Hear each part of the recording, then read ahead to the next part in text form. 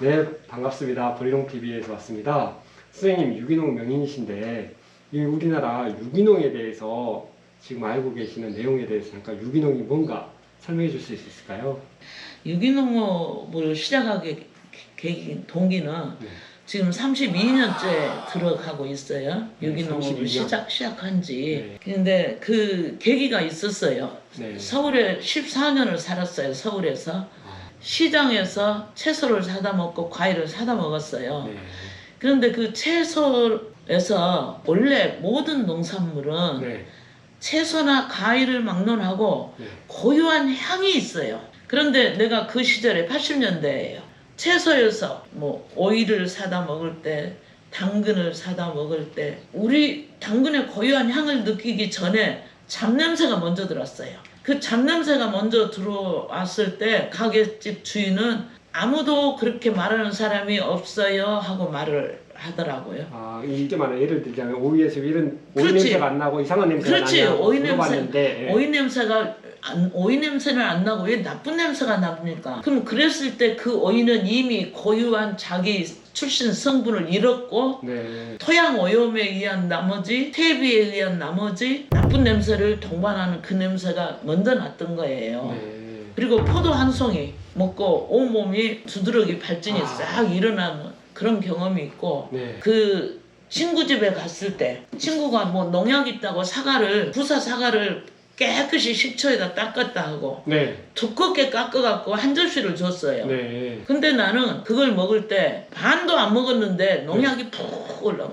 일반 사람들은 깨끗이 씻었으니까 농약 없다고 준 거거든요. 네. 근데 그게 아니에요. 원래 농약을 하면 과일의 씨 속에까지 농약이 침투해 있다. 이것이 더 정상이에요. 과일, 과피 껍질을 통과하고 과육을 통과해서 씨까지 농약 성분이 배일 수 있다는 거예요. 그러니까 내가 지금 네.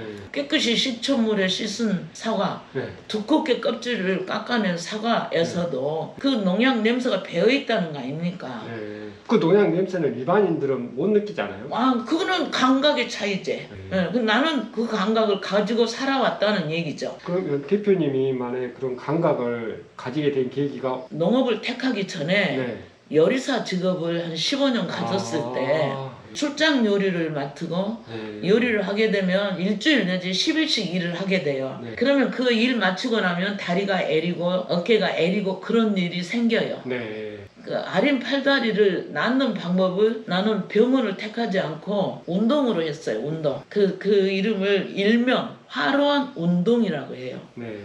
그 하루원 운동을 일이 끝날 때마다 지속적으로 해왔어요. 네. 근데 본인은 안 아프려고 했는데 감각이 변하고 있는 줄은 몰랐어요. 그리고 내가 그 식생활 패턴이 우리 보통 사람들이 다 대중적으로 취하고 있는 화식, 조리해서 먹는 음식을 내가 30여 년간 해오다가 그 운동을 지속적으로 하고 있는 과정 중에 화식 음식이 밀려나고 생것이 좋기 시작을 했어요. 생것이 내 몸에 들어왔을 때 훨씬 더 내가 반기고 내 몸이 좋아하고 내가 훨씬 더 활발하게 일할 수 있었거든요. 그러면 그런 것 때문에 몸이 변화되면서 일반 사람들보다는 좀 더 예민하게 식품에 대해서 감각 기능이 네, 세전하셨군요. 이제 살아나고 있는 것을 네. 지금 정리하니까 그런 정리를 할 수 있는지 그때는 몰랐어요. 그래서 그러면 그 당시에 어디를 가든 이렇게 농약과 그런 식물의 고유의 향이 없어진 거에 대해서 인식을 하셔가지고 내가 이거 직접 키워보셔야겠다. 그렇지. 이제 내가 생각하셨어요. 이제 네. 먹거리를 네. 시장에서 내가 원하는 먹거리가 없잖아요. 네. 그러면 내가 원하는 먹거리 그때는 유기농 매장이라는 것도 없었으니까요. 그리고 없어. 네. 그때는 이제 생기지도 없었고. 않았고. 네. 그래서 이제 내가 이제 택한 것은 노년의 활동 무대로 삼았어요. 이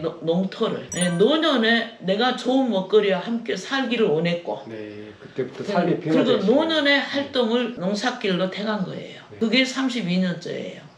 네. 그 유기농업을 그럼 왜 했을까? 뭐길래 했을까? 노동도 많이 들어가고. 우선 첫째 내 몸이 원하니까 바른 먹거리를 원하니까 쉽게 접근할 수 있었어요. 내가 먹고 살아야 되니까. 그렇지. 내가 내 몸이 좋아라고 하는데 네. 그 길을 마다하지 않았지. 네. 그래서 내가 이 먹거리를 직접 재배해서 노년에 먹거리 걱정하지 않고 살아갈 길을 택한 것이 유기농업을 하게 된 계기는 그래요. 네. 그러면 지금 유기농업을 하시면서 또 명인까지 되셨는데 이 유기농업하고 지금 명인하고 연관성이 있으신가요? 당연하죠. 네. 명인. 네. 그거는 이제 전남도에서 네. 11년도에 네. 유기농 명인 조례를 만들었어요. 네. 전남도에서. 그때 당시 내가 친환경 분과위원회 위원 활동을 하고 있었을 때 내가 그 조례를 살펴보니까 좀 내가 느끼기에 좀 허술했어요. 네. 예, 그래서 내가 그 자리에서 발언을 한 바 있고 그 발언 이후에 위원회 활동을 그만두게 됐어요. 그리고 내가 12년도에 명인이 되더라고요. 네. 명인 신청을 했을 때. 전라남도 유기농 명인 16호. 그러면 유기농 명인이라면 어떻게 될 수가 있어요? 다들 유기농업을 하고 계시지만 명인은 또 다른 절차를 밟아서 명인이 되는 이제 거예요? 명인 신청을 하고 친환경 분과위원을 비롯해서 심사를 해서 결정이 돼요. 먼저 최우선으로 해야 할 일이 토양을 개량하는 일을 해야 되고 토양을 개량을 정부는 소석회를 줘요. 네. 그건 무료로 줘요. 그런데 우리 소석회 쓰지 않아요. 그 소석회는 일시적으로 경운에 의해서 부드러운 토양일 뿐이지 토양이 굳어져요. 근데 우리는 이제 천연 토양 개량제. 그 천연 토양 개량제는 폐화석, 조개 껍질 가루를 말하고 또 맥반석, 보릿돌 가루를 말하고 또 활성탄, 숯에서 나온 활성탄, 숯가루를 말하고 그 다음에 게르마늄, 생명토라고 그러죠. 유기농업이 일반 농사에 주는 이유가 이제 병충해라든지 살충제 같은 걸 많이 쓰잖아요. 유기농업에서 지금 하고 계시는 작물들은 병충해에 강한가요? 훨씬 강하다고 봐야죠. 그렇게 건강한 토양에서 자라는 더 건강하고 더 강하다고 볼 수 있는데 완전 퇴치는 현재 우리 농업기술로는 어려워요.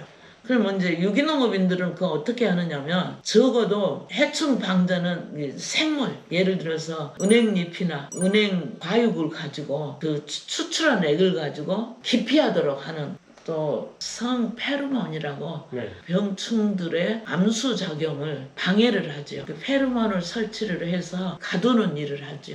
거기에 노린재가 피해를 많이 주는데 이제 노린재 트랩을 만들어서 노린재를 그리 가두는 일을 그렇게 하는 거예요. 그렇게 하고 나머지는 벌레가 먹는 과일은 사람이 먹어도 아무 지장 없습니다. 맞습니다. 좋은 이야기가 전달이 된 것 같습니다. 아, 이 유기농을 하시는 사람들과 유기농에 대해서 이제 아직 모르고 어떤 게 진짜 유기농인지에 대해서 알아가려는 사람들에게 도움이 되는 내용인 것 같습니다.